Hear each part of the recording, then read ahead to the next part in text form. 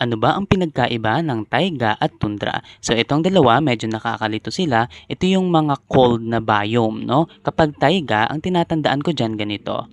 Taiganda ng mga trees. Mamaya explain ko yan. Kapag tundra naman, ang tinatandaan ko dyan ganito.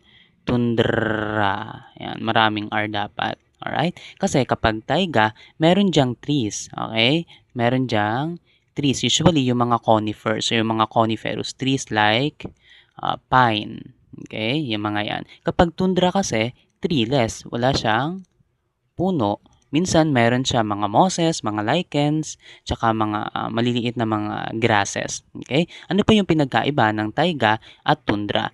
Alin dito yung mas malamig? Mas malamig dyan yung tundra. Bakit? Tundra. Di ba kapag nilalamig tayo, ganun yung sinasabi natin. So ito, this is colder compared sa taiga. Less cold. Ano pa yung pinagkaiba? Sa location. Ang location ng taiga, balik tayo sa taiga. Ang taiga, medyo southern siya. Okay?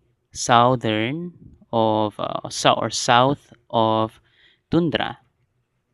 Kapag naman tundra, sila yung nandun sa Arctic Circle. Okay?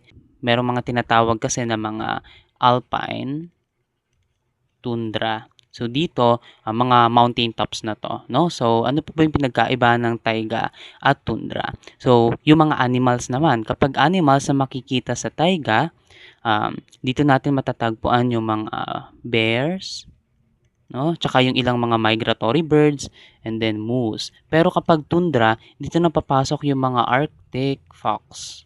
Okay? Diyan na papasok sila.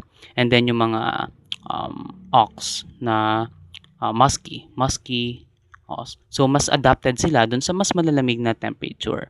Okay? So, again, tatandaan natin kapag taiga, taiganda ng mga trees kasi meron siyang mga puno. Tundra kasi malamig, mas malamig kasi siya. Alright?